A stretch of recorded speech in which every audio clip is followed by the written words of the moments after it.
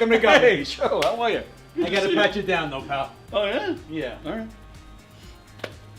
Got anything on you? Anything I should know? I got nothing. Anything weird going on? What? All right, you go in, Tony. Good. Thanks, Joe. Appreciate it. Thanks.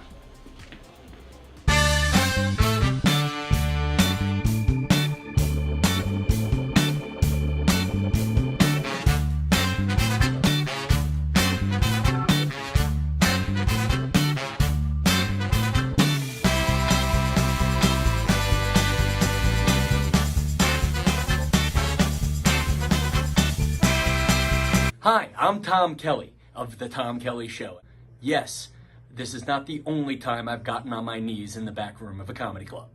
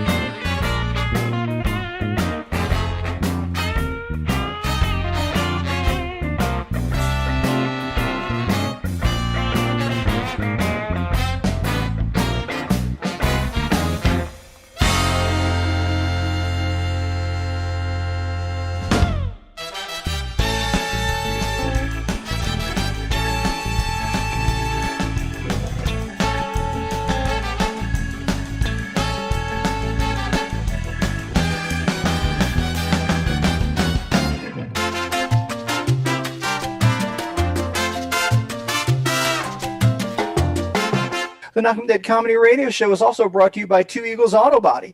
For more than 25 years, Two Eagles Auto Body has been the leader in auto body repairs and customer satisfaction on Long Island. Two Eagles Auto Body handles every type of auto repair, from custom applications and restorations to repairs involving insurance claims. Give Two Eagles Auto Body a call and please ask for John Rossi at 516-328-2527. That's 516-328-2527.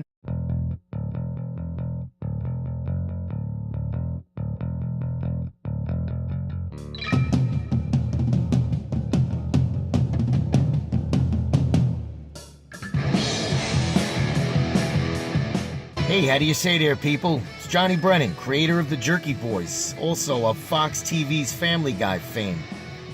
I just want to let you know you're listening to Tony on the Knockem Dead radio show. They're gonna keep knocking them dead, so keep listening, you wacky sons of bitch. Right there. Over and out there, sweet Charlie.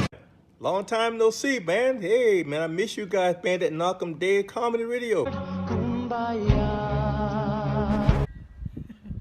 Hey, Tony, you're not funny, and you probably shit yourself a lot, and you're no fun to be with, and you don't make that much money, and you're not going anywhere in show business, and I hope you get hit by a bus.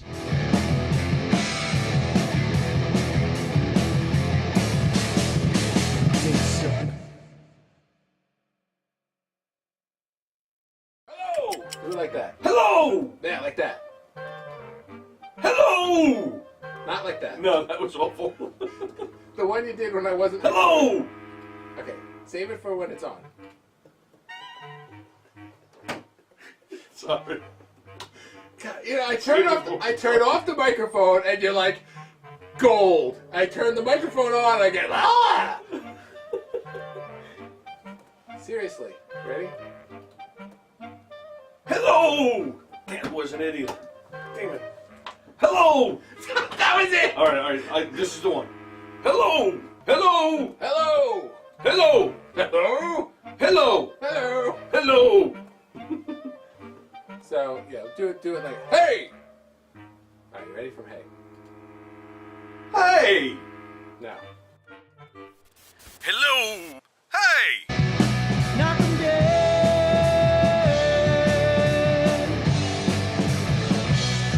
Comedy Show.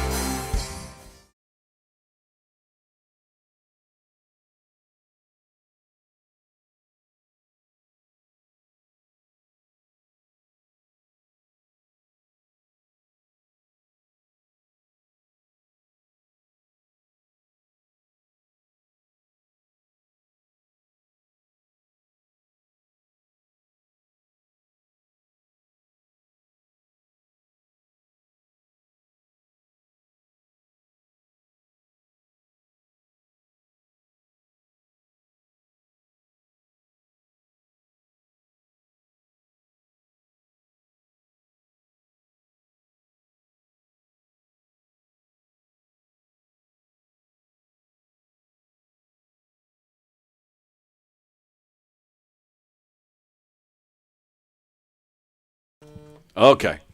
Thank you, Romeo. Romeo was calling because we didn't have sound either.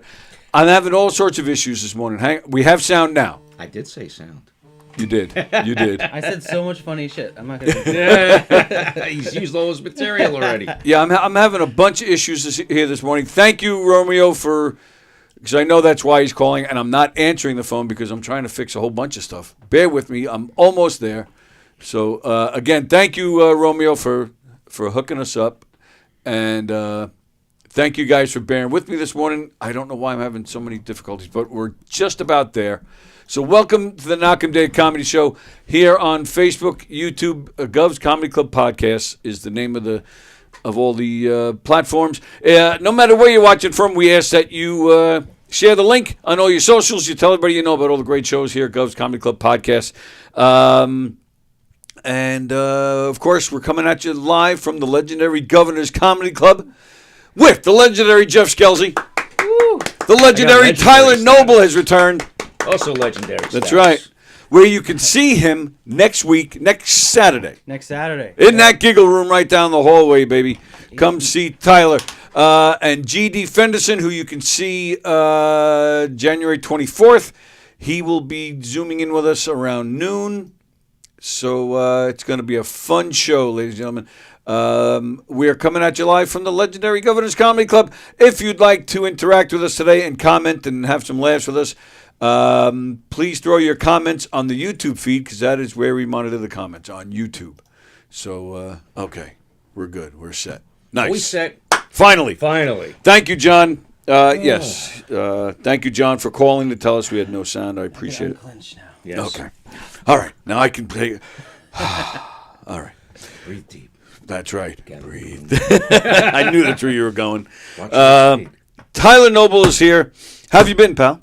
I've been pretty great since. Good answer. When was it? It was in spring, summer. I saw you. Was guys, it that right? long ago? It was a few months you ago. were about to leave for Minnesota. Minnesota. Minnesota. My favorite place. It's all right. Everyone gets it wrong. It's all the same okay, shit. so that was probably only a few months ago in the fall when I was heading back for a film there. Yeah. Because then you did the murder mystery with us in October. Yeah. Right. That was fun. Oh, that was a blast, man. And you saved our asses. So that was a big deal for us. So thank you for that. Improvising. So since we've seen you, you've shaved. Yeah, I'm sorry. A lot of people are upset about it. Really? Yeah. Well, there's a big difference. Like, you look a lot older when you have the beard. Oh, really? Yeah. Don't get any ideas now. I know. I feel like, like we're the creepy uncles. Like, hey, come here, sonny. No, I've definitely Can't had speak some. for yourself. I have some male friends that are like, grow that back and rub it on me. Gay male friends. Oh, right, yeah. But if you guys like this, that's cool too. Whatever your Hey, man, whatever. flavor is. It's whatever the job calls for. Exactly. Let's see. That's a spam call. It is whatever the job calls for, and that's what it is. Like every other day, I have to have a new freaking look. It's hard to keep up with. And how did it? So when you went out there to go do that movie, how did it go? It went well. Yeah? It went really well. It was another Lifetime. major lifetime. Lifetime. Very major. It's funny because when I was a kid and my mom would watch, I was like, "Why do you watch this crap? Oh, it's crap. It's so depressing." Now I'm like, "Sure, pay me. I'll do it." Yeah, right. Anything you want. But I got to play like a charter boat captain on this film called Murder on the Great Lakes. Ooh. So I was this burly kind of older brother, and I have a real serious death scene in it, which was a lot. That's of fun. cool. Yeah. So what? You were choking? Yeah. So well, I don't want to give too much away, but For everybody that's anxiously waiting for this movie. I don't want to give too much away. But here's how it goes. He chopped me in the neck, and then no, I was actually up for that role, the lead role. I'm gonna be straight up honest with you guys. Yeah. I was up for the lead role. I was like, I had it, and then they called me, and they were like, Lifetime went a different way, and then they were like, you can have this role. So the person I would have played killed me in the movie. Yeah. That's rude. Yeah, we gotta kill that. We gotta take that guy out so him that out. Tyler That's gets the messed lead up. role. That's Man, cool. that's fucked up. It was good. Murder on the Great Lakes. Murder on the Great Lakes, but it was really cool. Great production team. Because Duluth, I don't know if you guys know Duluth, Minnesota. It's on Lake Superior. Yep.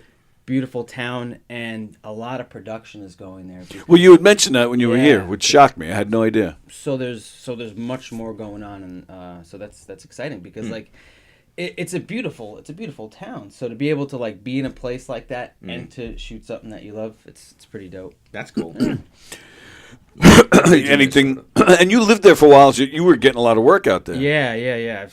I've made quite a community over there, so it's great. I'm actually getting maybe more work there than I am here. Wow. But you know, I'm over here trying to build roots and do cool things with you guys and do comedy here and all that Sure. stuff. Now that I've got like a solidified base there. But I was back there like a month ago or so, filming this other thing called Freelancers. It's another film. Where I'm just playing basically a version of myself, who's just a dude who's just doing 17 jobs to get by. Yep. Is that another Lifetime? No. scenario, or- It's like it's this production company, Kylie and Christian Creative, who are awesome. It's their first feature film. Oh, cool. Nice. And they're just really great to work for, and they have me come out there, and we have a little bit left to shoot soon. But yeah, it's Nice. it's great to be out there. And you're doing a lot of. It seems like you've been getting up a lot lately doing the stand-up. Yeah, dude, you know what my face is saying to you right now? Here's more truths. Here's more truths. Because I don't think I told you yet. Uh-oh. I don't know if it's safe to say or fair to say that I bombed as much as I choked. And Okay. I'll own the shit, man. Well, yeah, tell us. We'll tell you if you bombed or choked. Tell us what happened. So my mom's here. She brought her friend Lisa. I got my sister, some other friends, and everything, and they're sitting right up front, which I don't mind, you know. And I'm doing my thing. Where was it? Right here. Right Oh, here at Governors. Yeah. Oh, yeah, okay. yeah. And you know, whatever it is, the energy that night, maybe it was me, I don't know, but I'm just not getting received the way I usually do. Okay. Not too many laughs, and I'm still going, right? I know my shit. Well, yeah, you gotta. Right. Yeah. And I did tweak some things. Right? I Okay. did tweak some things because I have been like, you know, evolving the things. And so it was right around 6 minutes around the tweakage that I got my 1 minute light. And then after that, I'm like, And then when I came back, I was lost. And because I had tweaked things, I was like, oh, snap, did I mess something up? And I got inside my head. And for the first time, I'm like, hey, this is cool, man. I'm just going to go take a sip. It'll come to me, right? Come back. No. Wow. 20 seconds still, and I'm like... Longest 20 seconds of your life. It was like 3 years. It was like 3 years. You know how it goes. I would be like, can somebody tell me what I was just saying? Yeah, See right. if you fuckers are paying attention. Yeah. And now I know. Now I know, right? Yeah. So I tried to do the joke, and then I was like, I didn't know which way to turn because I had 2 ways to do it, and that was it. And it was like, 45 seconds left, and I was just like, hey, done for the night. Like, sorry about that. Went backstage. Oh my god. It was kind of the worst feeling I've ever had in my life, right? Kind of the worst feeling. Yeah. And now I know that, shit, I could have said anything for those 45 seconds. I could have filled that space with anything, but in that moment, which I had never been prepared for, Yeah. which was like an ultimate nightmare, Yeah. nothing came to mind. And that night, I don't know if you had this experience at all, that night, like, my family's like, dude, you did fine. It was great. And I'm like, no, this was terrible. You don't understand. Oh, yeah. And I had this whole thing going through my head, like, what are you doing to yourself? Don't ever do this again. Every single person in this hallway has done that to themselves. Every Yeah. single one of them. It's an insane feeling. It Yeah. was one of the worst feelings I ever had in my life. Not just being up there, but the talk that was going on in my head. But around 24 hours later, it started changing. And people are like, dude, look, it happens. Go back up there, blah, blah, blah. I started, like, getting through it. Long story short, maybe. I decided... That's funny. None of mine are short. I decided to get back on the horse, like, a couple weeks later. Of course, in, right. in Manhattan. Completely different. Fucking killed it. Yep. And I was just Yeah. like, oh, my God, thank God. Because there was... a day where I was like, don't do this anymore. Right. Oh, yeah. Get it. You're done. Doing that brought your confidence right back, though. Just Yeah. right back. Yeah, thank Absolutely. goodness you Yeah. get back up and it went well. Yeah. Yeah, absolutely. Fall off the bicycle. Right, exactly. Well, that's the thing. So, two things with that whole thing. Do you know Mick Thomas? Big comedian. He travels all over the place. He's Long Island based. He's been in here a lot. He's Irish. Well, Mick Thomas, but he's actually from Ireland. He has the accent and everything. He was in here once, and he said that he doesn't understand why we even discuss bombing. He goes, because it happens to everybody. Every single comedian bombs several times, many times. He's like, that's just part of the life. That's just what happens.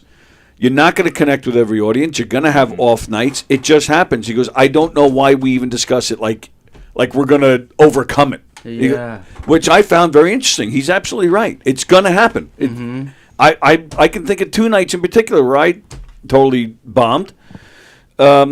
And I say 2, but I've only gone up, I think, maybe 12 times. So who am I? But the other thing with that, too, is one of the times I bombed, I was hosting in the Giggle Room, but they were recording. The show was being taped, videoed. And there was the video crew put up extra lights in the club.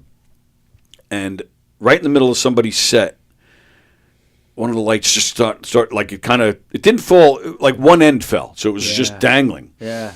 So that comedian doesn't let it bother. I'm trying to remember whoever it was. Doesn't let it bother them. They finish their set. I go up, but as I'm going up now, there's a couple of guys from the crew. They're coming and they're trying to fix it, and I'm up there, and it's taking them a few minutes.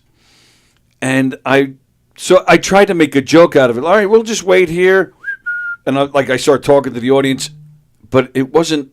I love crowd work, but nothing was really. Yeah. I wasn't coming up with anything really good, and as soon as it was fixed, as soon as I announced the next comedian walked off the stage, immediately I said to myself, it just came. It's like, why didn't you just tell a street joke or something? Yeah. Why'd you just tell a joke? Yeah. It's a perfect way while you're stalling. I've seen comedians do it when they've lost their place. They have maybe 1 or 2 street jokes to go to just to fill that space. I was like, fuck, why didn't I? So now that's in my head now. Like, you're stumbling, just tell a street joke. I mean, you're not up there to tell street jokes, but you're still building a rapport with the audience. You're still keeping up a good energy. So that's become my go-to now. Yeah. But yeah, because it feels like an eternity. It feels, yeah. I mean, so many people have experienced that, whether you're in theater or whatever. It's that 1 second. That feels like eternity. But as long as you don't flail, on the inside, you can reach for something, and that can be really, really challenging. And again, thinking about it now, it could have just been you get out of your head and just look outside. Look at your mom looking at you oh, look at my mom looking at her son like a failure. Just observing, being there right then, right, is better than nothing, or just walking off the stage or cursing them out. But I don't know, we've all heard that story about Bill Burr, which is amazing, because I think that was it. He's like, you know what, I could walk off this stage because you guys, or whatever it was, they were saying some shit to him or booing him or whatever. Yes. I could walk off the stage and go, fuck you, but he's like, no, I'm going to stay on and make it miserable for y'all. And you're not going to get me off this stage until my time is done.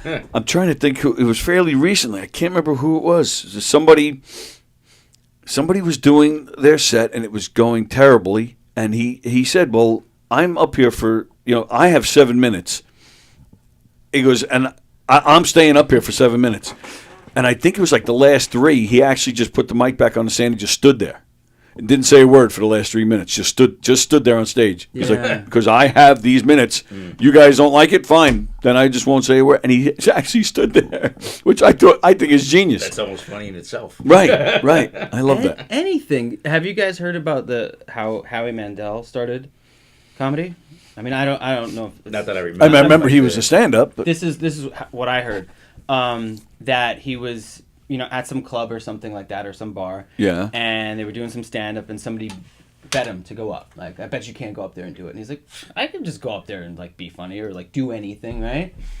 Because he was kind of an outgoing guy or whatever. Yeah. And then story goes he gets up there, and then all the nerves come in, right? Yeah. And he just starts fidgeting and just being awkward and just being scared shitless.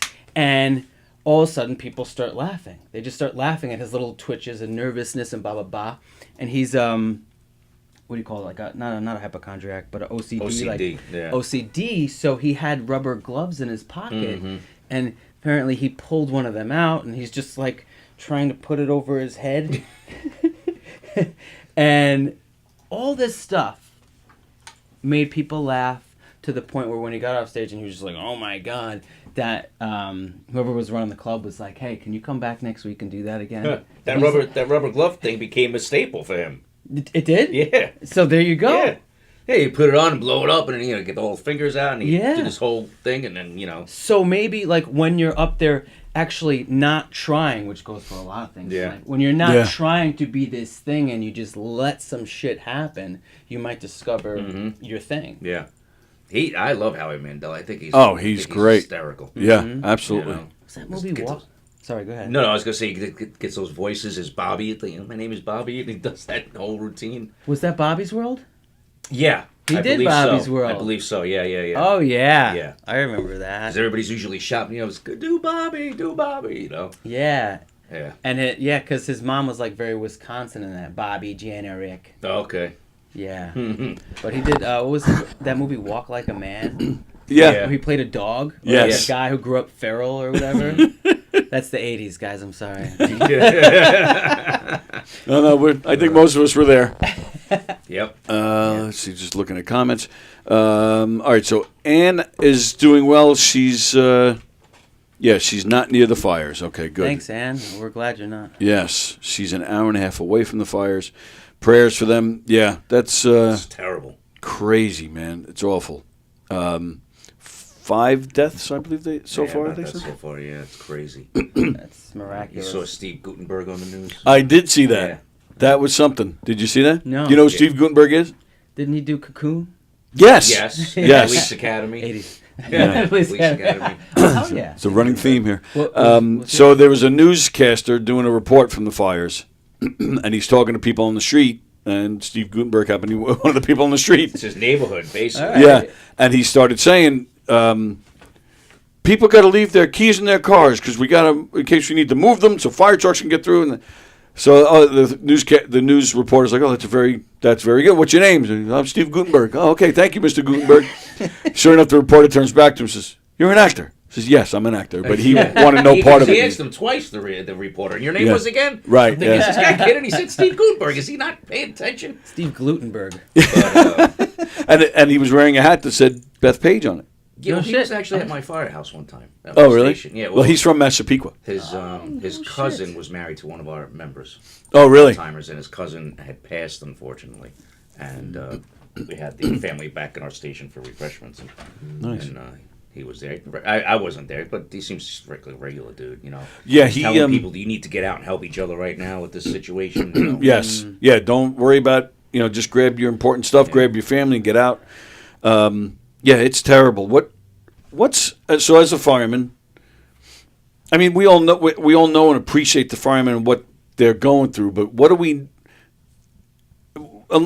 as somebody who's in that world, like what are we not thinking about? When it comes to wildfires, it's just a completely different scenario. And I've only been involved in one wildfire. The one out east? The one in the Hamptons. When was that 95? 95. It was. 95. I was talking about that with Frank And the other day. that was, it's insane. Because when you're in there and you're getting airdrops above you, Yeah. it feels like you're in a war zone almost, because it's like you hear like when the fire's coming towards you, or it sounds like a freight train because of all the trees that are catching the evergreens and whatnot, and it just basically almost exploding in a sense. It just sounds like it's the sound of a freight train. It's nuts, and it feels like you're in a war zone. Like you said, you got these planes coming over, and you're like, yeah, there's a drop coming. You're like, oh shit, you don't want to get that retardant on your face or skin. You're like, take cover. You just get down, cover yourself, and get off the plane goes. But it's crazy. Yeah, it's insane. So, and that's only one experience I had, and I said it gave me a whole new outlook on what they deal with out there on a yearly basis. How long were you out there doing that? just over 12 hours, I think. Oh, it was just one day. We would just rotate and cruise. Cruise. I mean, the whole island. Yeah. New York City was even out there. Right. FDNY was out So it there was as a- it was a well. major- And the major- Hamptons. Oh, yeah. Okay. Yeah, the Pine Barrens. Yeah. But it gave me a whole different, not that I didn't have respect. Yeah, but of it course, just gave me right. a whole different outlook of what those guys go through. It's and- insane. When you say 12 hours too, like even that, so normally, and I'm not trying to downplay it. I'm trying to be careful with my words, and I know I'm going to sound insensitive, but you go Hicksville, you have a house fire. I mean, normally, most of the time, what are we talking? Just maybe 3 hours, give or take. If By the that, time yeah. So now you're going Regular out. size house. You're doing wildfires, and you're out there for 12 hours. Does that fly by, or is it like holy crap? For me, it did in a sense. It really kind of did because you were really, nonstop. We would just, drive around looking for hot spots, and if we see something, we'd get off the truck, yank out some hose, knock that one out, get your tools and break up the dirt. But and if all that, you're- and move on, and find another. But if you're one. in the thick of it, like the main, like now in California, these fires are just spreading and spreading. So you're out there on the front lines. Like, are there like safety requirements? Something like you can't, like you can only stand there holding the hose for 2 hours or something? Because that's a lot of pressure, a lot of strength. What their routine is, as far as I'm not really sure. But I'm sure they've got tons of crews. And Well, what was it? But what was it when you were out there, out east? What was it for you? Like you weren't in the front lines like that, or you were? Yeah, I mean, we were in a sense, but we knock an area down and move on. Oh, okay. Your truck's only got 500 gallons of water if you're not connected to a hydrant. Right, So it's like, right. okay, dump this 500 gallons and go find another hydrant and load Okay. up. So, and then we had to go to Grabreski Airport. Right. Yeah. And fill up on a hydrant there and get fuel. And we met Governor Pataki over there. So he came over and talked with us for a few minutes before Nice. we went back out again. Good. So, yeah, it was interesting. It was definitely And that, an so that, experience. and that's one thing I didn't even think about, going out looking for hotspots. I'm always picturing, you hear wildfires, I'm picturing just this massive fire that's being pushed by the winds and spreading, and firemen are just like in front of it. Well, there was a lot of that too, because it jumped over sunrise with the winds. Wow. Oh, yeah? Yeah. But a lot of it, like if you watch like some, there's a thing I just watched on, I think it was Netflix, whatever. It was about L.A. County firefighters getting trained, and there's a whole brush crew, that they have, stationed. And their training is insane because sometimes you'll go and you'll burn an area. Right. Burn an area. You'll burn an area before the fire actually gets there. To 'Cause dry when it the fire out? gets there, there's nothing for it to burn now. Right, In a okay. sense. Wow. So it's a whole, it's crazy. Wow, It's that's intense. I interesting. think I remember that because driving down the highway for years, it was just dead, Right. like dark. Oh yeah, down Sunrise, yeah. Mm-hmm. Yep. Wow. It just. Do you get, like in a situation like that, do you feel fear, or is it like job? Like I got my job to do. Yeah, no. It's more so job to do, but it's always in the back of your head. But you don't let it get to the front of your head. You know what I mean? You just got to do it. You just go and do it. Yeah, and I imagine, I think what you were saying, Tony, about like holding a giant fire hose for so long. I can only imagine because when you're warm, right? Like when you're so active, right? Like if you're sparring or something like that, sometimes you don't even notice injuries and things like that. sure. And I imagine the adrenaline's pumping so much that Right. you start being stronger than you would. Yes. You might be injured even in that situation and not even notice. Yeah, there's there's adrenaline based stuff going on for sure. Yeah. Even in a regular house fire, Sure. there's been 30-something years some doozies. Yeah. Been in, You walk out, you got like something sticking in your leg you didn't even notice. Right. Well, even with time too, and I asked, if there's a time restraint or something, so I'm thinking that too. You're out there doing your thing, you're pumped up. I would think 3 hours, like it probably goes by like that. Like you're in the midst of just running around, fighting the fire, getting somebody out, doing whatever you're doing. Like, then all of a sudden you're like, oh, it's it's 3 o'clock. I got here at 11. Whatever. Yeah. Wow. Vicky says, "Good morning, fellas." Good morning, Vicky. She says, "Men are still feral." Why, I don't know. Why? I think that's in reference You- to Howie Mandel. Yes. Oh, yes. Otherwise, what? Yeah. Yeah. What did we do? And Amy says, "Good morning, fellas. Happy Friday." Well, thank you, Amy. Friday. I don't know who Amy is, but that's all right. That's okay. I know her. Oh, Yeah. okay. That's That's my gal. that's your gal. That's your girl? Yeah, she needs everyone to know. You know, Is that the one that came to the murder mystery? Yeah, She yeah. was lovely. she's a lovely. She was great. Human. Yeah. I really liked her. She was very nice. So hi, Amy. Thanks for watching. Yeah, and our thoughts go out to California and especially Steve Absolutely. Gutenberg. Yeah. Gene Another one. Woods lost his entire house. I saw him crying on TV. There was a couple of a whole bunch of them. Did they at least actors, know yeah. who he was when he was? I know. I looked at him. I was like, "Wow, James man, who? he got old." Yeah, he got old looking. Yeah, But Billy yeah. Crystal lost his house. Billy Crystal. Yeah. Yeah. Crazy. And Gutenberg too. Started out as a stand-up comedian. Yeah. Really? Oh yeah. Billy Crystal, of course. Yeah. And they're both Long Islanders. Yeah. First Police Academy was the best. But go ahead. Well, true. It's always cool to hear about people being from Long Island. Absolutely. From your neighborhood and Yeah. stuff Yeah. like that. I'm always amazed. I don't know if it's like this in in every area of the country, but it just seems like Long Island has a ton of talent. Yeah. I'm always amazed by it. Yeah. I mean, That's true. And I've done that on this show. I've sat here with certain guests and we just ramble off a list Yeah. of every famous person we can think of from Yeah. Long Island, and and that's just actors and musicians, and then if you go beyond that to scientists or Oh, yeah. or politicians or whatever, Is I Long mean, Island known for their scientists? yes, We're gonna, yeah. yes. Maybe we were. Not so much anymore. John Rusiello, the strongest man in the world. The strongest man in the world is a man walking in a burning building. Sure. Yeah, I would agree with that. That's some hardcore shit for sure. Yeah, Absolutely. absolutely. GD's there. All right, let me grab GD and we'll have him join in. My wife texted me. I'm sorry, your wife texted. What? Yeah, she's trying to be funny. Oh, what did she say? She said, "Tell them how you play with your hose." How many you got? I like the how she plays. I didn't know you was a pimp like that. Good morning, GD. Hey, I did not know that you were going to see me right away. 'Cause Oh. I was not quite ready, but that's okay. I'm Uh, here. you sure that you need to do stuff? Ah. Ah! Ah. All right. What's the worst that can happen? I pee my pants on air, right? Like you've never done that before.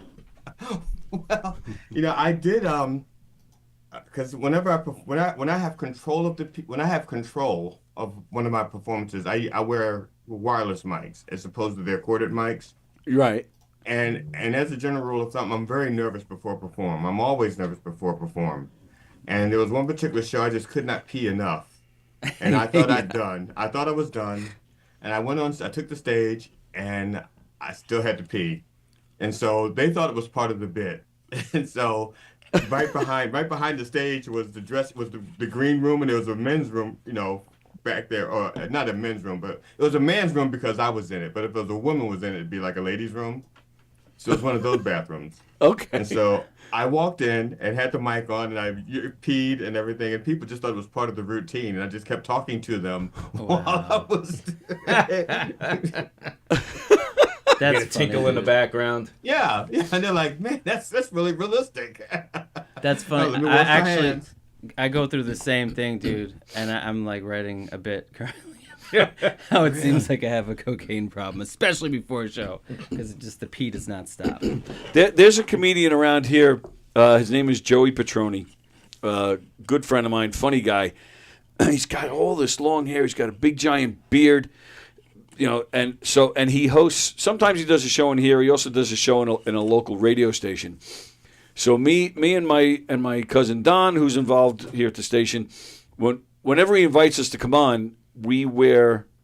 Actually, what happened was he was doing his radio show, and something came up last minute. He's like, "Dude, he goes, I'm not gonna be able to get there." He says, "Can you guys just go and do the show?" I'm like, "Yeah, we'll go. We'll wing it." So what we did, we bought long hair and a beard. So we went there pretending to be him, but we were just like two Joeys, right? So just a few weeks ago, he invited us to come back on his show to talk about New Year's and stuff. So we're like, so we said, let's surprise Joey. Let's put the stuff back on again. So the two Joeys would be interviewed by Joey. So every time he was asking us a question, we'd be like, well, Joey, it's you, That's funny. But then we said, next time he's up on stage, he should say something like, hang on, but I got to go pee. Let me get Joey number 2 to take up. And then we were talking about maybe doing that. Like, then one of us will jump up there and continue the set and then go off to let him go when he comes back. I don't know. Maybe you had to be there. It sounded funny to us. No, that sounds funny. I'd like to see that. I thought that was kind of absurd and weird and funny. And then we could do the same with GD. We could just get a bunch of dreads. And I could stand in for you while you pee. There you go. We got to volunteer. That's it. I had a friend of mine, and I'm going to say this, and not in a racist way, but just in a descriptive way. An elderly white gentleman was a friend of mine, and he was balding, and he loved my hair. He used to love my hair. So one Christmas, he used to always say, he'd say to me, I would give anything to have hair like you. So for one Christmas, I got him one of those dreadlock hats, like a skull, the hat with dreadlocks. Yeah. And a pant and a 6-pack of Red Stripe. Oh yeah. Red Stripe. Little jerk chicken. Right. Now, did you have the dreads when you were a pole dancer? Oh no. That was like that was like 40 years ago. Wow. 40 years ago. And technically, I wasn't a pole dancer. I had a pole that people danced on. That was it. Well, I would hope you still have that pole. This is taking a different turn. Excuse me, madam. Would you like to? Excuse me while I whip this out. So what? How would you? So you weren't a pole dancer. How do you? It's true. What would you describe? Were you a stripper? Yes. I was a stripper for hire. A hired gun, so to speak. I was hired for private parties. Will you be stripping on January 24th when you perform here at Governors? Nobody wants to see that. My God, no. There might be a bachelorette party here, though. You never know. And they really wouldn't want to see it. They would not want to think that that's what they have to look forward to. This is what it's going to look like 40 years from now, honey. That's right. And nothing personal, but if your answer was yes, I wasn't showing up. But the good thing is that my wife did not know me back when I was in that kind of shape, because she would really be disappointed now. Yeah. She met me when I was 40, and so I was like mid shape. I was already at the point where I had lost some of my sexual skill. Because at 40 is not the same as 25. You lost your skills?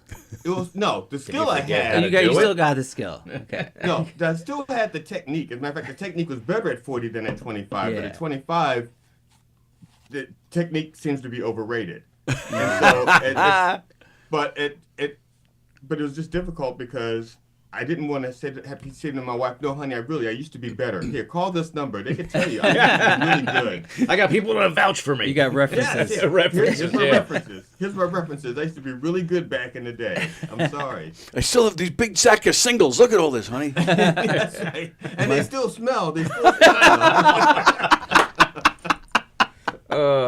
What's the most money you made in one night as a stripper? I don't know the answer to that. I know the most I ever made was not in one night. I remember at one point, thinking, oh my God, I'm making $9 a minute. Wow. And that was back in, like I said, this was 40 years ago. So I'm 25, 40. You can do the math. It was what, 1984, something like that? Holy smokes. So $1984, I was making about $9 a minute. That's a lot of money. Yeah. And I would my routine, I would dance for an hour. 24 minutes of that was scripted. In other words, it was like I had a set routine, a 24-minute set that I did, and then the other 36 minutes the other 36 minutes was basically on demand, whatever they wanted. So like they could pick music that meant something to them, and I would dance with that. But I had my 24-minute set that was like, it was let me see if I can remember. I choose Careless Whisper. No. There was 2 Prince songs because they went back to back. They were from the Purple Rain movie. I Would Die for You and Baby I'm a Star. Nice. Good tune. No, and those are my two. That was my closing routines. So I closed on those two songs, and I opened with I think my second song was "Bad Woman" by Kool and the Gang. I think it was called "Bad Woman," and I can't remember I cannot remember to save my soul what my opening number was. And why 24 minutes? Why not? Like why 30? Like where'd you get 24 from? That's how long those 4 songs were. Oh, okay. Yeah. Wow. I mean, I knew it was hard to dance for an hour, and I said, okay, well, I don't know what they're going to ask for, but I'm always going to be ready to do this. And so the rest of it would be like, because they'd have like their own music sometimes. They'd be like, and it'd be like anything. And the funny thing is, you have to be able to dance to anything because you get hired, and they could be like country music. It'd be like, I'm going to strip to Bonnie Raitt. Are you kidding? Okay. No. Yeah. Oh, Johnny Cash. Yeah, I'll walk the line. Yeah. Okay. It's a burning ring of fire. Oh God. If that thing's burning, we got a problem. I call the fire. So you don't know what you're going to be asked to dance to. And so it was, and I tell you, women are the worst. They are the worst behaved people when it comes to debauchery. That's why I love them so much. Yes. I mean, because and the other thing, I think I actually told you this. Most of the male dancers that I knew were gay. Yes, you did tell me that. Yeah. And I was the only straight male dancer, even though I wasn't the most attractive one. But because I was straight, it was like, hey, hey, ladies, I'm not as good looking as all those other guys, but hey, look, I'm straight. So that's a lot of good nights for him. You That's started what I'm getting more thinking. ass in a toilet seat. Good for you. Hope you wiped. What? What do you think is harder, fighting a fire or dancing for an hour for women? Yeah, dancing for hire. It depends on the nature of the fire. If it's like a kitchen fire, please. But if it's a real fire, like if it's burning, like the kind of burning you get where you have to go see a doctor afterwards. You ever get nervous or choke during a? Well, sure there was a lot of choking. I don't choke. Okay, I don't choke. I don't swallow. None of that. Nothing goes near my Come on, mouth, what? okay? $9 a minute. No, I am. Even today, I have stage fright like you wouldn't believe. I know it doesn't seem like it, but even like in comedy and everything like that, I am terrified up until I get in comedy. I'm terrified until I get my first laugh. Mm-hmm. When I used to dance, I was terrified until I got my first mouth grab. Your first grab. Until I got my first grope. And I'm like, okay, there we go. There we go.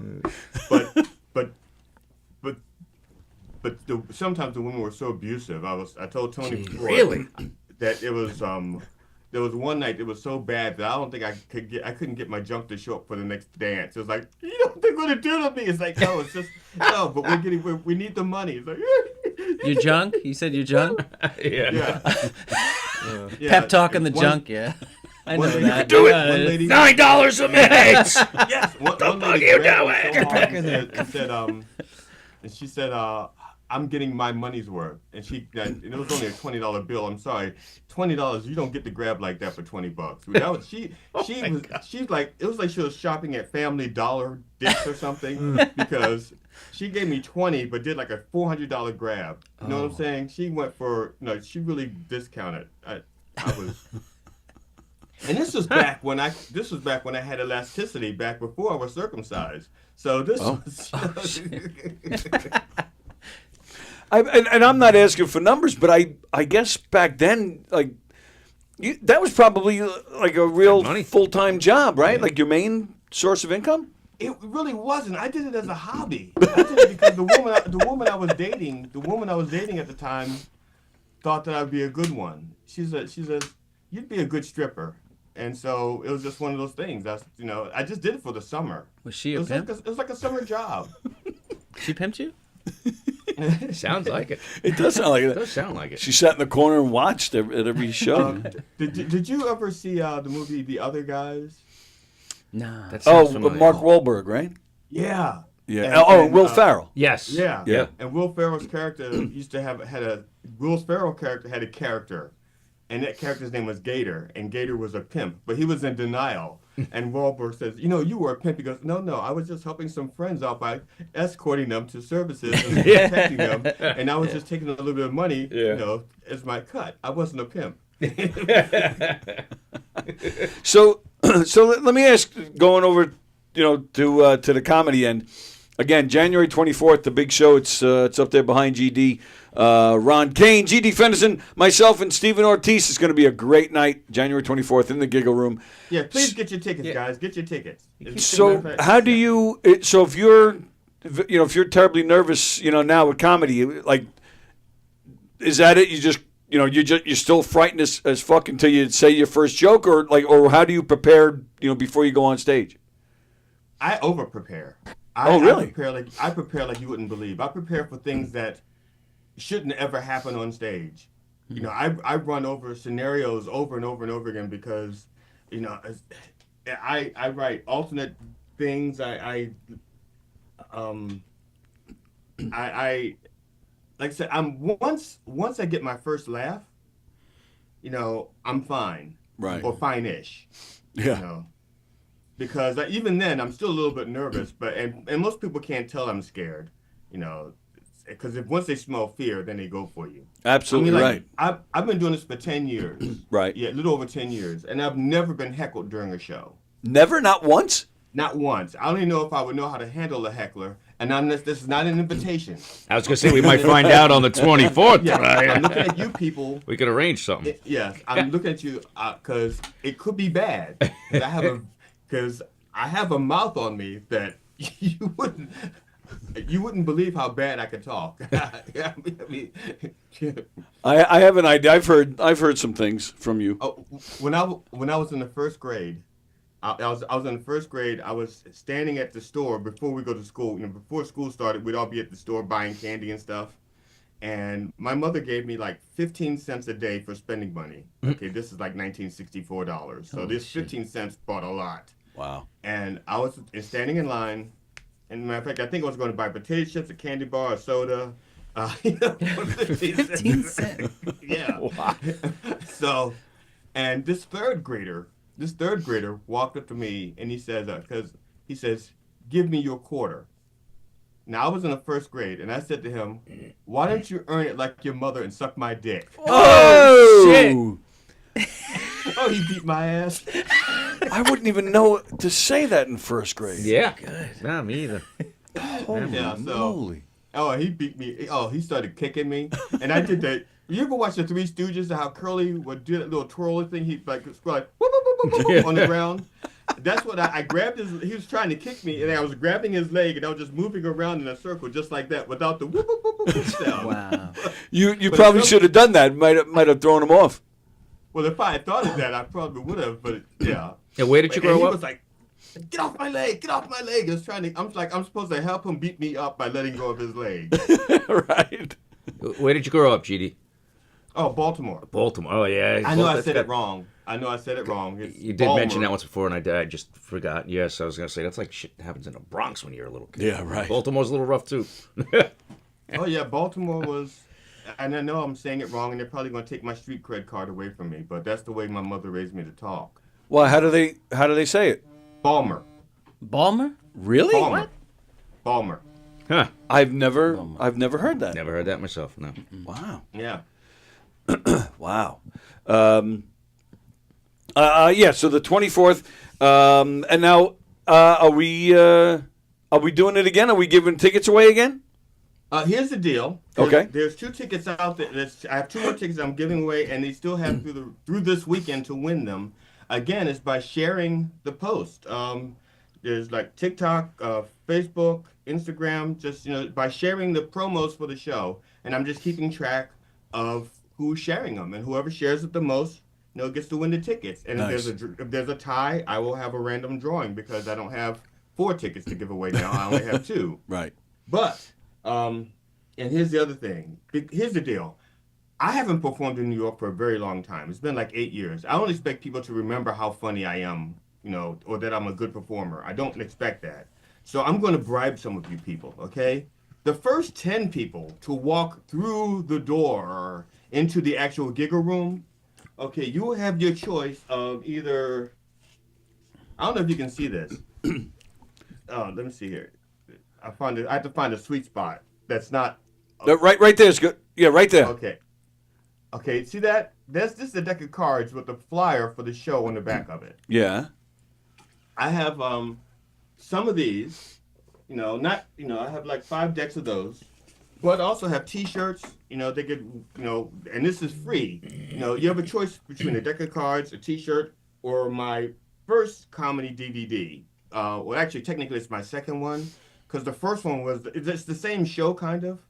But the first show was it was a 2-hour show, but the first DVD was only 90 minutes long. Okay. So there was like 40 minutes of stuff left out.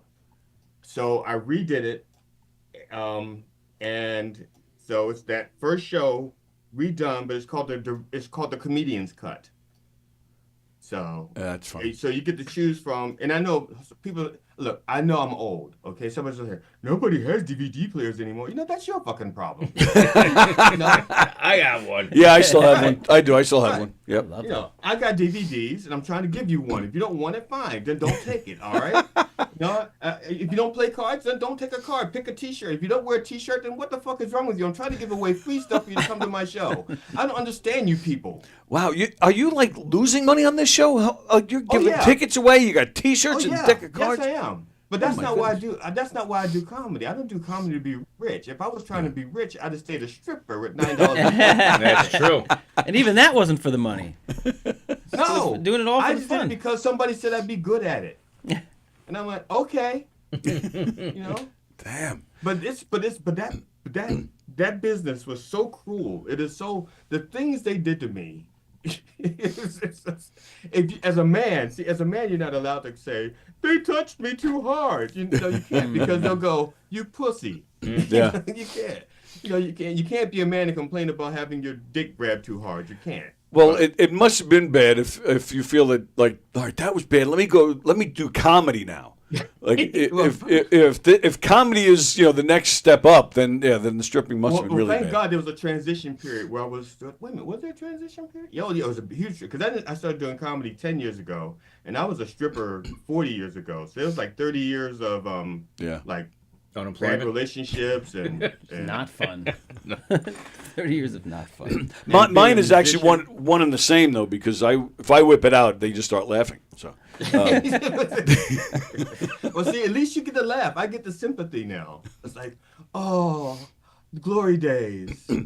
But I'm gonna guess that even though you're in your 60s and you're telling me that the skills aren't the same, but I still have a feeling when they see it, they're still not going back. Well, see, that's the thing about being black. They say once you go black, you don't go back. But once you see black, you can still think about it. Because you haven't gone completely. You just seen it, Right. All right, I want to backtrack a little bit. We're hanging out today. Jeff is here. We have Tyler Noble in the studio with us, and GD is hanging out with us on Zoom. But I do want to backtrack a little bit. You mentioned Prince a few minutes ago, and I have some Prince-related items to discuss today. I just saw this morning that, and we talked about Purple Rain. Remember when he did Purple Rain? He had that shirt with the puffy. Oh yeah, the puffiness. Yeah. That shirt is going up for auction. The bidding starts at $55,000. It's expected. Is it cleaned? Wait a minute. Has it been cleaned and his DNA is no longer on it? That's a good question. It doesn't say. It says he played. Actually, he wore it for the songs "Baby I'm a Star" and "I Would Die for You" and the title track "Purple Rain." That's what it says. It doesn't say if it was cleaned or not. I'm assuming it was, but I would think it would sell more if it wasn't. That'd be my guess. Yes, it would. Yeah, That's exactly. what I'm saying. Especially with DNA technology, they could make a baby Prince. They could grab some of that DNA and make another Prince. Right, that's my Michael. Well, yeah, true. And it's expected to sell up to almost $100,000. That's crazy. That blows me away. That to have that kind of money to buy a sweaty shirt. Yeah. It's kind of weird. But in relation to all that, GD, I don't know if you'll be able to see it. Unless you actually see the YouTube feed. What I'm looking at both. I'm looking at the YouTube feed and all right, there's well, a lag though. So yeah. whatever you show me, I'm not going to see it on Yeah, YouTube you'll for see it in like about 30 seconds. You can probably see it a little bit, and then I don't know, Tyler, if you can see. Tyler will see it up there. Also, Tyler's looking at the screen. I need to. I'm waiting for it to pop up at the screen so that Tyler can see it, because I need to ask him. I need to ask him what that's all about. Yeah. Oh! Yeah. So that, ladies and gentlemen, is our guest here. That's Tyler Noble right there. That is him. Best day ever. What in the is? I'm assuming that's you as Prince. That's me as Prince. What you have to explain what in the world is going on. Okay. I've been hired a couple times to impersonate Prince. Really? Yeah. And so to like go to big events and things like that, and it's super fun. And I know that like I kind of have a look for it. Actually, one of my good friends growing up, she had a huge crush on Prince, and then coincidentally had a crush on me as well. People have told you look like Prince. It's not Tyler, completely. how tall are you? Because Prince was only like 3'4". My bottom half is 3'4". No, I'm pretty short. I'm like 5'7". But so that exact picture. So I had the outfit, and I was dog sitting in Minnesota, which is Prince Town. You know, he's from there. Oh yeah, Like, the whole state loves him. I was dog sitting over there, and I had the outfit like before a thing. So I just gave myself a little photo shoot in this family's house. I'm like, and looking back on it, they probably had cameras, and that picture was taken on their dining room table. On their table. I had the fake leather pants, the shirt, and I'm just walking around their house finding little places to do these these funny and seductive Prince photos. And they were probably in Barbados or somewhere, just being like, "Look at this, honey. Who Look the at this hell- fucking idiot. Look at this. Who the hell did we hire? Dog. I swear to God, if he touches that dog." What I think people are just letting slide is the fact that you said you happen to have those clothes. Yeah. No, you're right. You packed those with you to your trip to Minnesota. Well, Good point. After it worked out for me, after I got paid to do it, I was like, well, maybe I should buy these things. You never know. It's kind of fun. Listen, you get it. Like, you performed. I kind of like performing a little bit and doing weird shit. I did one of the funnest roles I ever did was playing a gay man who was dressed as a drag queen version of Lady Gaga. And it was one of the funnest roles I did because it was for this play, and I just got to play this sassy Latina, catty bitch guy. You get to let go and be like totally uninhibited. Oh, exactly. Be totally uninhibited. True. This version that the women loved. So like I got into character before one of the shows, like really early one day, and a couple of the women. So much dick. No. It wasn't me. It was the Prince me. It was No, but I'm chatting with the women and I'm like, oh, look at that bitch. Look at this. And they're like, oh my God, you're so great. We should hang out. And I'm like, you love me as this cunty Latina version of myself. So we were friends for a long time after that. But I'm not seeing. I don't see the Prince resemblance. Do you see it? No, I don't see it. No. It works. Oh, if it works for you, more power to you. But You saw the picture? Clearly Yeah. it's a wig. Yeah. did you sing to the dog? I just want your extra time and your lick. All the peanut butter's gone. The way the human brain works, though, is if there's like a void, if it's close enough, the brain will fill in the void. Mm-hmm. You know, so if he does enough to just guide them in that direction, and they want to go along for the ride, they'll fill it in. They'll fill in the void. Yeah, you're absolutely right about that. Yeah, that's true. And we touched upon it before. As long as you're 100% behind it, you know, and that's one thing I learned with doing stand up. Even if you know your joke is not, it just might get a chuckle rather than bringing the house down. You still have to sell it 100% for it to work. Yeah. Yes. Yeah. But also, it's going to work even if because I write jokes. Some of the jokes I write, I know will only go for like 4 or 5% of the people. But that's okay because that's there's not everybody in the audience is going to laugh at the same thing. And so Well, true. Yeah. And you have people who are just like dragged in there, not because they like comedy, but because they want to get laid. You know, they said like, all right, I really don't want to see G.D. Fenderson, but you like him because apparently women like his comedy. Fine, I'll go with you as long as I get something at the end. Yeah. You know, and they're just sitting there like this, waiting to laugh. And then you tell the one joke that makes them laugh, and they go like, oh, he's not so bad. Maybe I'll laugh at some of the other stuff too. Right. Yeah, that's exactly right. Yeah. People walk in, a little too cool for it. Yeah. Oh, those guys. But you want to stay true to yourself, right? To your art, and that's the thing, right? Because I've also been taught that like you just like to create a joke you're gonna get 100% of the laughs, like 100% of the audience is gonna like it, and you could go that route. But I feel like some of us want to be like, well, this is my style. This is my voice, and I'm okay with getting 30% versus 100%, so that because those 30% might be more loyal. You know? Absolutely right. Yeah, I once had a guy say that to me. I admit flat out that I have a lot of work to do, and I can think of maybe once or twice where I really brought the house down. Usually, I'm just getting a section here. So I have a lot to learn. I haven't put as much energy into it as I should. But I did a show here once, and Governors likes it where actually this will help you, GD. Governors likes it where you hang out after and you kind of greet everybody as they're leaving and whatnot, take pictures, whatever. And I had a guy say to me once as he's walking out, he says, what you were doing up there was exactly my type of humor. I'm like, fucking A, man. Yeah. You just feel like you nailed it, Yeah. He was the only one that ever said it to me, but that's all right. You could, But you hold on to it. You Yeah. reached it. Absolutely, yeah. I remember I spent like a week or two writing this one particular joke. This is a while ago. This was back when Dick Cheney was vice president. Okay. Right? No, was it? No, but he wasn't vice president in 2000. Well, yeah, if you're only doing it 10 years, then he wouldn't have Right, been. no, Right. but we were still going. But it was a financial crisis joke. I think it was. I guess it must have been some kind of housing bubble that we were going through or something. Okay. And I'd written this joke about amortization rate and stuff like that, and I knew that unless you were a mortgage person, a mortgage geek, it was not going to make any sense to you. But I worked it into this bigger sketch. I had this bigger sketch called "Is God Laughing?"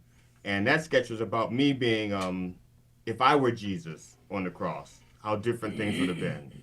And so that's the sketch, and I put that into that. And I did this amortization thing, and I hear this one laugh. This guy is like busting out, and everybody else is like, they're just chuckling because they were laughing at other stuff. But he busts out laughing. And then when the show is over with, I'm talking, and he goes, man, that thing you did about amortization, that was hilarious. And he goes, that was right up my alley. And he goes, that was the funniest thing you did that night. And it wasn't. But for him, But for him, it was. yeah. Now, and here's the kicker. The guy was I told my wife about this also. He had this the guy was kind of geeky, well dressed, expensive clothes, and the woman he was with was looked like a model, and every other comedian was talking to her, and I was the only one talking to him. And I looked over, and I could see all the guys were thinking, man, I got to get her number. They're all thinking they're the hottest. And he looks, I said, are you worried about that? And he laughs. He goes, they don't have enough money for that. Wow. That's great. That actually reminds me, there's a comedian, he's a Long Island comedian, but he plays all over. He used to do the warm-up for Dr. Oz. Richie Byrne. He's been in here many times. Very funny guy. He's one of my favorites. He tells a story where he was doing a show, I think it was Caroline's, and this is years ago, like 30 years ago. And the host of the show, just before the show starts, goes into the green room, tells all the comedians, Gene Simmons is in the audience. Oh, boy. Do not, we have strict orders. Do not make a fuss. Do not talk to him. Don't say anything. Just, he's just another audience member. Richie Byrne does his set. He's now walking through Caroline's.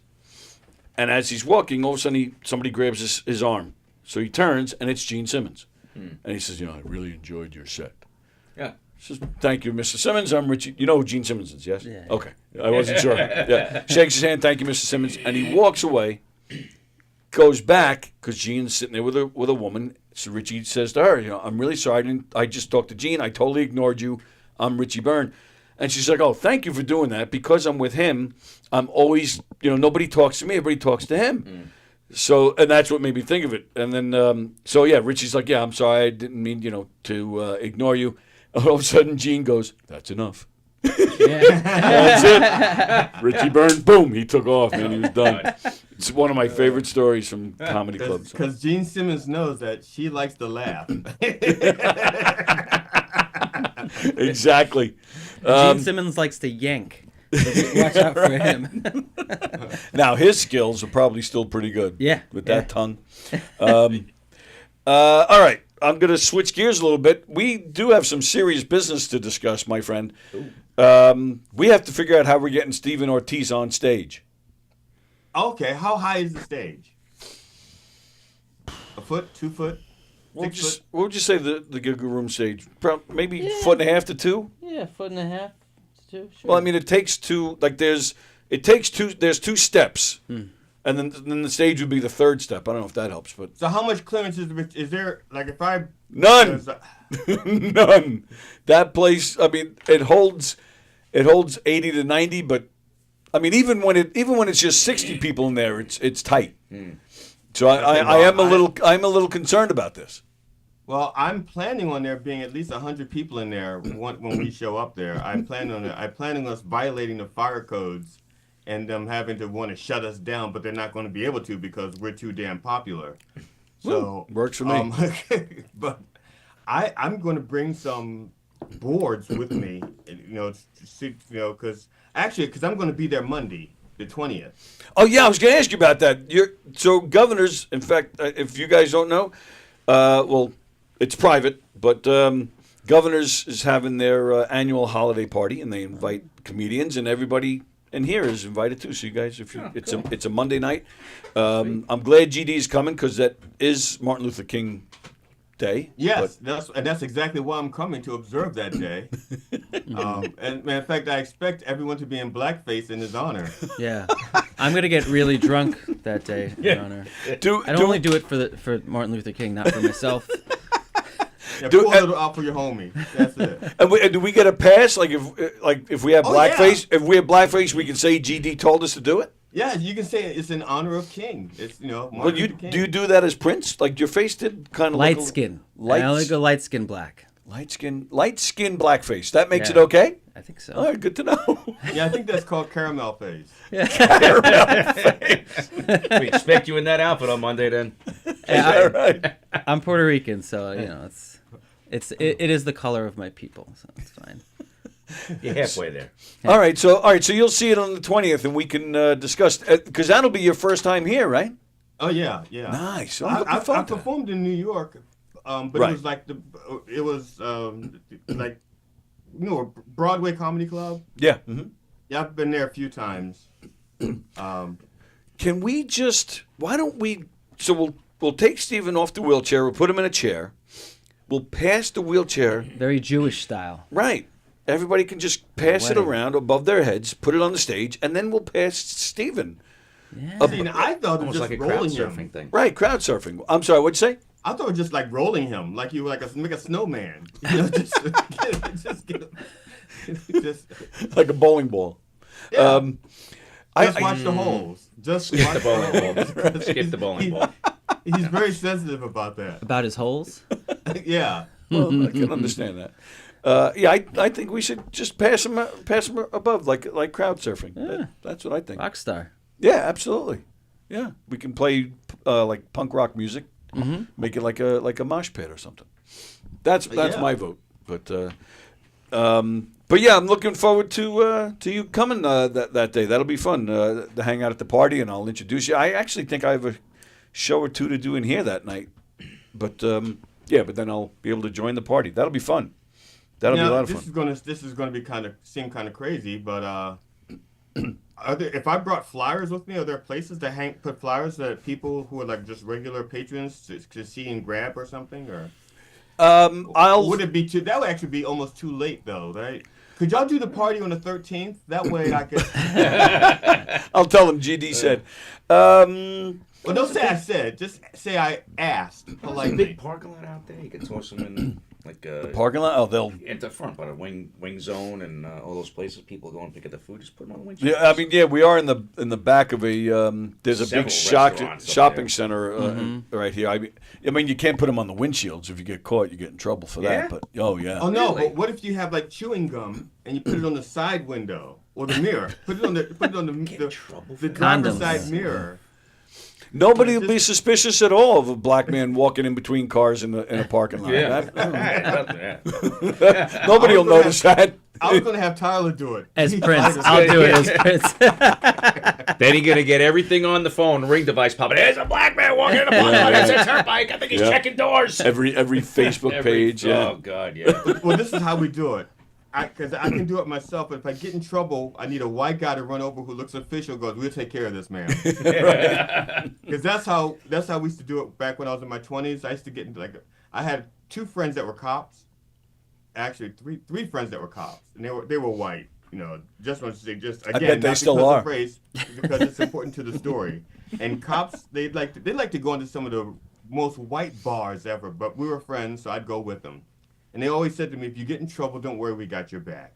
And I was at the bar, and some lady starts talking to me, this white lady starts talking to me, and her boyfriend gets upset. Oh, And jeez. starts, he didn't know that I knew self-defense, and I could actually take care of myself. I don't care how big you are. You have a weak spot, and I'll find it, and I'll exploit it, and you'll wish that I hadn't done that.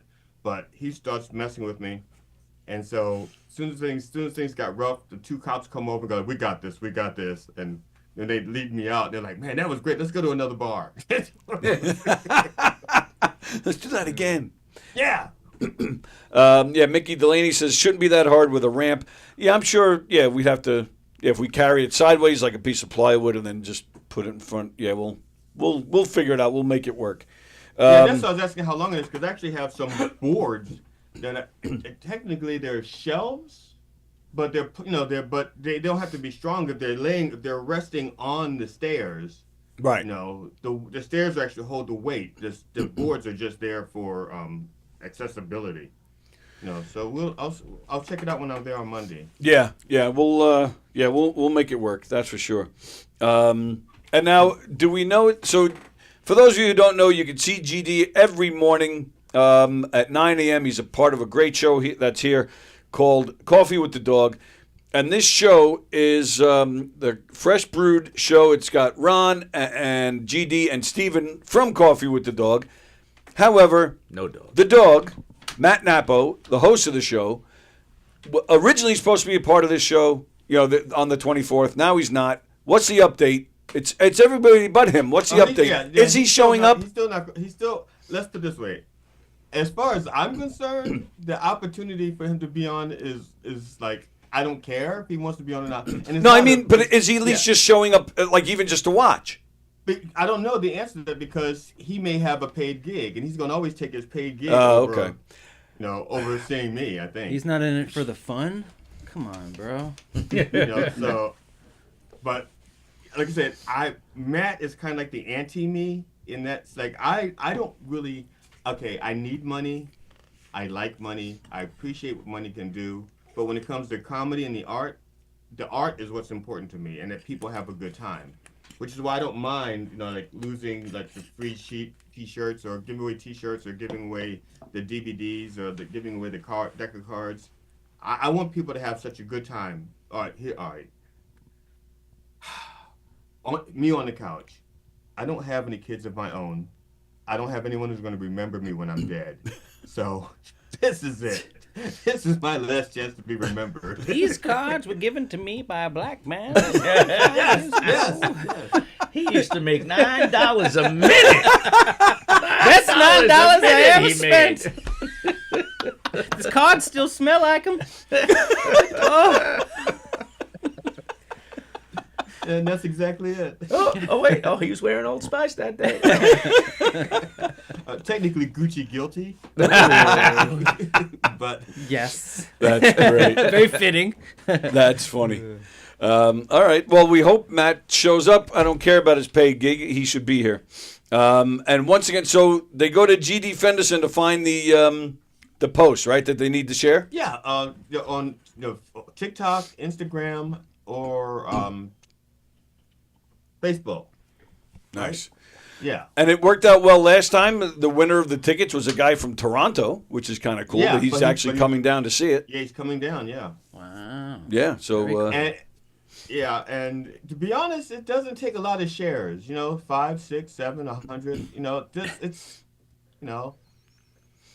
just because the object is to get people to buy tickets and to come enjoy a good show. Absolutely right. Yep.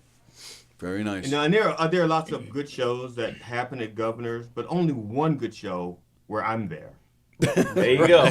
Well, the one good show where you're there, but not the last. So hopefully not. No. Yeah. Now, though. Now just as a tip my is it tip my hand or tilt my hand? Tip my hand. Right. Tip. I think it's tip. Yeah, tip my hand. Yeah. Yeah. Okay. Because it's like do you call Tip in my from hat. work or do you Tip call my out? Right. of Tip work? my hat. Right. Yeah. So something with my hand, and I'm showing it to you. I end my set with a song parody. In this case, I'm probably going to do 2 song parodies, and I wanted to do a song parody here so they could have a sample, but my wife is working in the next office, and if I can't pull my guitar out and play, and my voice is really bad. You do not want acapella. I get the feeling it's Prince. You know what he's going to start doing, too. All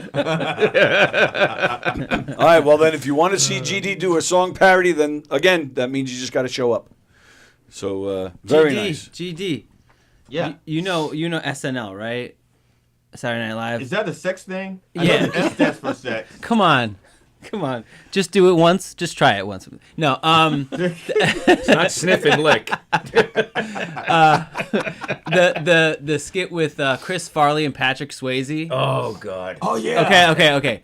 That's just in my mind, and I like performing, and I know what I know about you, and I just feel like we should do something one day. I don't know what it is. That's funny. I have very little inhibitions when it comes to most things. So that sounds fun to me. That's Guilty. Gucci, Yeah. guilty. All right, so, we'll my have motto, to... Something in the works. My motto has always been I will do almost anything twice because you don't know if you did it right the first time. Mm-hmm. 3 times if you pay me. 4 times if you're nasty. Does that mean he's a trisexual? He'll try anything once? That was my dad. Yeah. And I say try because I don't know if he paid for it, so I don't think he was bi. But definitely try. Wow. All right. All right. January 18th, Tyler Noble. January 24th, GD and Ron and Steven and myself. Go to govs.com. Make your reservations. Going to be great shows. GD, thanks for hanging out. So we have about 10 minutes left. I'm just going to switch gears if you want to stick around or... I'm cool. All right, cool. Because we're also hanging out with Tyler, and I wanted to ask Tyler. You did it a few minutes ago. You did your little Spanish accent. So, and then I saw you watching your reel. Yeah. There was some mountain man thing where some guy was going to go into the woods and. Oh yeah. If I'm not back by nightfall, don't send anybody out. And I was to like, find "Oh me. no, papi, come back to me. Don't leave me here." That was pretty much. See, it. if you put a wig on me, it would have worked. Yeah. How many accents do you do? I don't know. A lot. So did you have to audition, or they said we need somebody with an accent? You're like, you just checked it off so you can get the gig. You know what? I auditioned for that role in an accent because it was the character was Luis Vasquez, was an actual guy. Oh. In the 1800s, and so I just tried it in an accent because I figured he had a little bit of an accent. Came up with something, and then I get a call like a month later, and it's a Monday morning, and these guys are like, "Hey, can you be out in Montana? Can we fly you out to Montana today?" Wow. And I'm like, today? Yeah, they're like, can we get you in the airport in like 2 hours? And I'm like, shit, yeah. I'm like, I'm glad that I lived my life that way. That is my life, I'm like, yeah, I have nothing going on. This is great. So they got me to the airport, and then at the airport, I'm like, "Oh, can you send me the script? Because we're going to be filming the following day and the day after." And Sure. I'm like, "Can you send me the script for it?" So in the airport, I get the script. Wow. And that night, I'm in the hotel in Montana, like learning a monologue and shit for the next day.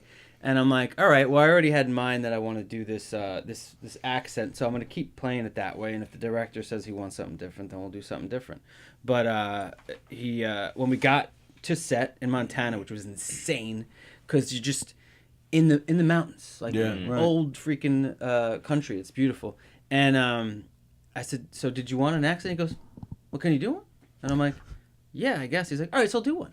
So it was like that on the fly, right? I didn't have a lot of time to work on this part, but and then that night we shot the scenes. We shot a monologue under the freaking stars of Montana, and it was crazy. And yeah, it was a cool role that eventually I got to like work on the accent a little bit more, and so we did one full season on this series called Jim Bridger and Tall Tales of Jim Bridger. And so let me go back a little bit. That was a pilot episode. And if you guys know anything about pilots, like I don't know what percentage of them get picked up, like nothing. Yeah. So you kind of walk away from it being like, this was a magical experience, this is beautiful, and like it's done, we're never doing this again. Yeah.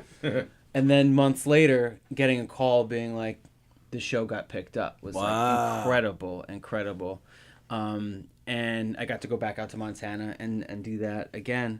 And then a kind of funny story was because I'm like an active dude, and Montana, they have a lot of bears there, a lot of bears. Yeah. And so I wake up in the morning to go jogging, and I have my headphones on, but the whole time all I could think about is if a bear is gonna like attack me the whole time.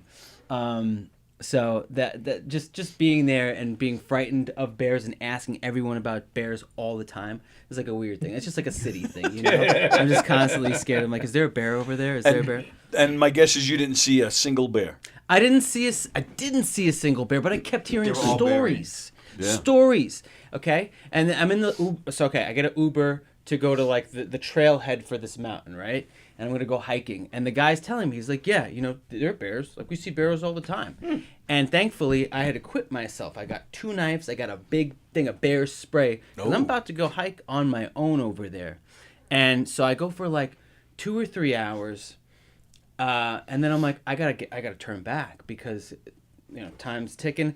My battery and my phone is about to die. So I got 3 hours to get back because I got to call an Uber. Now all of a sudden, the clouds start rolling in. It starts getting really dark. I'm like, there's a freaking storm coming. I gotta get back to that trailhead. Right. All of a sudden now the rain's coming down. It's thundering. I'm like trying to hide my phone. I'm shitting my pants now because I still got like an hour and a half to go. My phone's gonna die. I'm gonna get struck by lightning. Now I'm thinking that now's a perfect time for a bear to get me because I'm sleeping. I'm not even thinking about it, and all I'm thinking about is thunder bear. Like I'm gonna be running down the trail, and all of a sudden this bear's gonna come out. Like, because this is my paranoid way of fucking thinking. I get to the end of the trail finally. Now the clouds start moving away. The sun comes in. Made it, and then I'm walking out, and I see like a group of like people like all ready for their little hike, and I'm like, you don't even know what I just went through. You have no idea. I became a man out there. I'm so grizzled. Became a man out there. But now I wanted to ask too, in regards to the acting. I also saw some clips. GD, do you act at all? I know you're a musician and you're doing the comedy, so you act too. Yeah, but I'm not good at it. Well, I didn't ask you if you're good. Can you cry on command? I saw some scenes where you were doing some crying, and I was impressed because that's something I can't. Accents and crying, I can't do. You can do it? Yeah. Let's see. How many tears you want? How bad do you want it? How bad? Well, are we still talking about the tears? No. I mean, do you want blubbering cries or you just want like a tear? All right, well, let's... All right, because I'm going to make you do it too. So what should we make them do? Should we make them do blubbering or just like choking up a little bit? Oh, my God. Maybe just a little choke up. A little choke up. All right. Well, no blubbering in the studio. You're a man. All right, GD, you're first. Just getting a little choked up. I don't know if I can do it now. It's anxiety. Shit. Remember that little puppy you had as a kid that got run over by that car? That got sent out to the farm. Yeah. Oh, that was a good day. I got to be the youngest in the house again. I remember. I was special again. Everybody loved that puppy. They didn't love me. I can tell Tyler's trying to work. I'm not going to be able my to God. do it. Like, I'm not going to do it now. I'm sorry. I think I lied. I know I usually can. I That's thought how I that get was out of trouble. You know, it sucks because there are people out there that will say like, "Oh, crying's easy. Crying." Oh yeah. Not for everyone. First off, Right. And there's just like levels. You know, like I've been asked to just hit it, like right when you get to this spot, we just want you to. And I'm like, do you even know what you're asking for? Right. Yeah. You know. But I do find that like sometimes saying the words, like saying "I'm nothing," you know, like.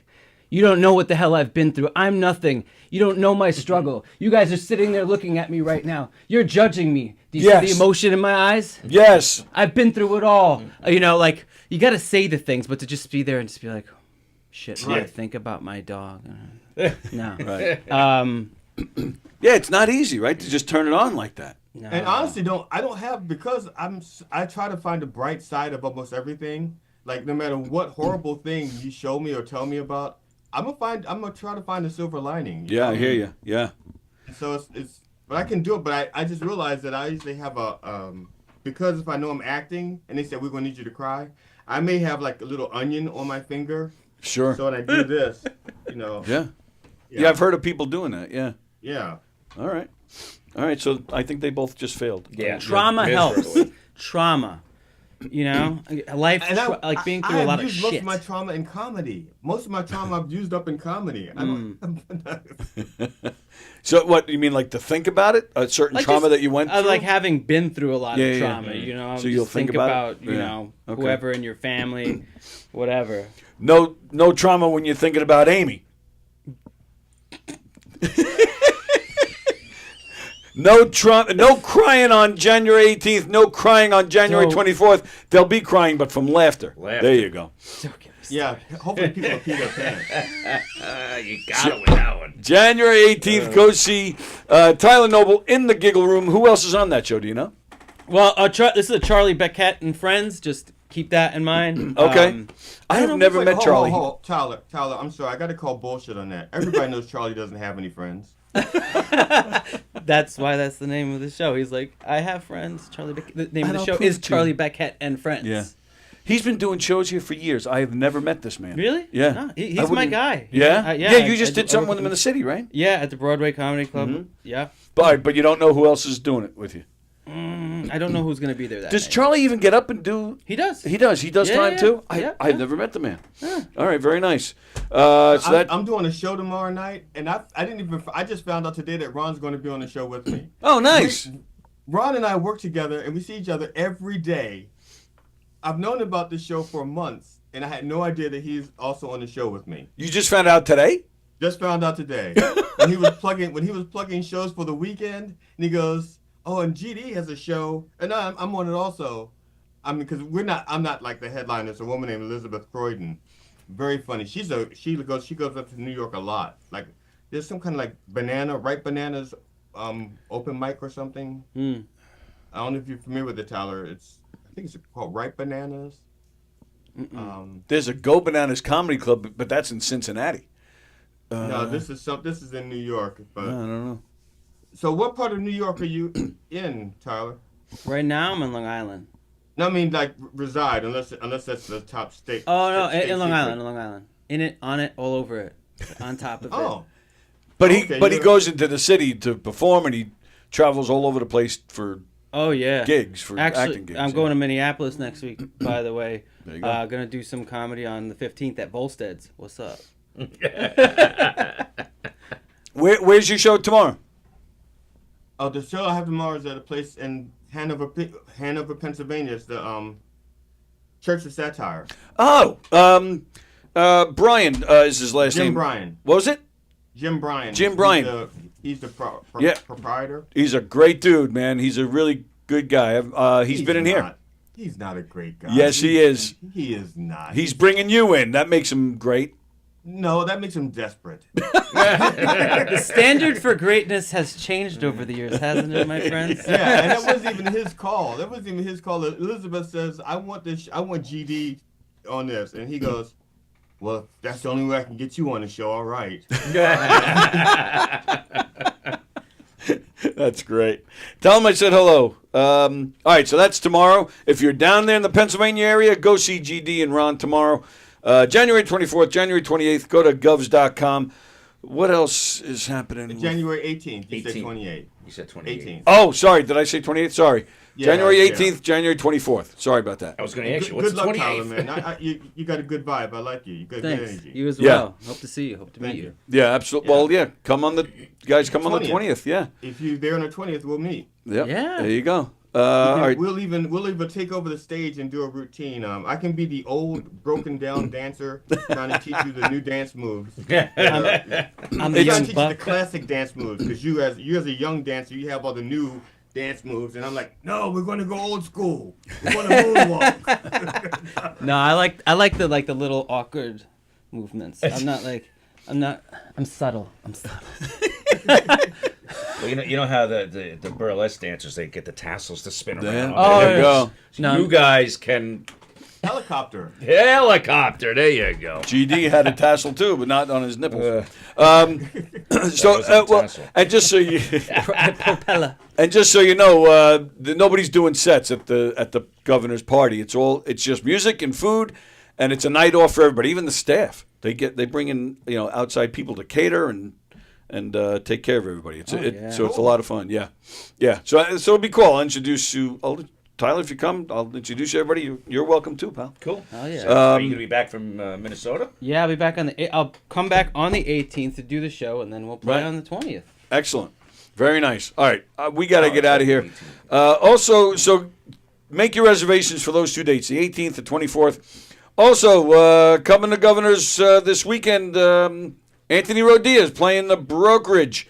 We got Terry McNeely and friends tonight in the Giggle Room with our pal Hugh Murray and Lou Pratch and a few other people. Let's see. Tonight in the main club, we got Sean Donnelly. Tomorrow night, Vic DiBertetto. If you don't see Terry McNeely tonight, you can see him tomorrow night at McGuire's. Lots of fun stuff going on at Governor's. J.P. Sears is next week. There's a lot of great shows. Tomorrow night in the Giggle Room, Tangy and friends. And, of course, don't forget the big night, January 24th, with Ron, GD, myself, and Steven. And, again, January 18th in the Giggle Room with Tyler. Go to govs.com and make your reservations. Go to knockemdeadcomedy.com to see what we got going on, our schedule, as well as information on how you can hire us for your event. And, and I want to give a quick shout-out. Hang on a second. Where are my graphics? Sorry. Bear with me a second. I'm having... Oh, there we go. Okay. Also, I'll give a shout out to WFAN, the sports. The Fan. Mm-hmm. We have a sports show in here called Sports Bash with Peter Schwartz. Peter Schwartz is on WFAN as well. This morning, Boomer Esiason, he's on there in the mornings. He actually talked about Sports Bash this morning on his show. They were talking about the Jets yesterday on the show, and they mentioned Peter. They mentioned the title of the show. They mentioned his guest, and they also mentioned Gov's Comedy Club podcast. Nice. So a win for us today. That's a nice way to start the weekend off. Thank you, Ann. Ann says have a great weekend. Great guests as always, she said. See you Monday. Thank you, GD. Thank you, Tyler. I'll be back. You'll be back Monday, right? Yeah. Excellent. Very nice. Monday night. Everybody have a great weekend. Tonight at 8 o'clock is Donversations with Don. He is talking to Ronnie Marmo, who does a Lenny Bruce show. Also at 8 o'clock tonight, you could go on Blockhead TV, their YouTube channel. The band Seconds Out is doing a live stream. You've seen Seconds Out. They've been in here, I think, 3 or 4 times. Blockhead TV is going to do a live stream of them doing a live set, and they've asked me to host. So you can come see us there. Blockhead TV, and they also have a Roku channel as well. All right. Thank you again, GD. Thank you again, Tyler. Thank you again, GD. Jeff. Anytime, Later on, pal. brother. And we'll see you guys Monday. Everybody have a great weekend. We'll see you guys later. Ciao, man. As I'm still. Ciao, ciao. Okay. Okay. See you guys. Bye.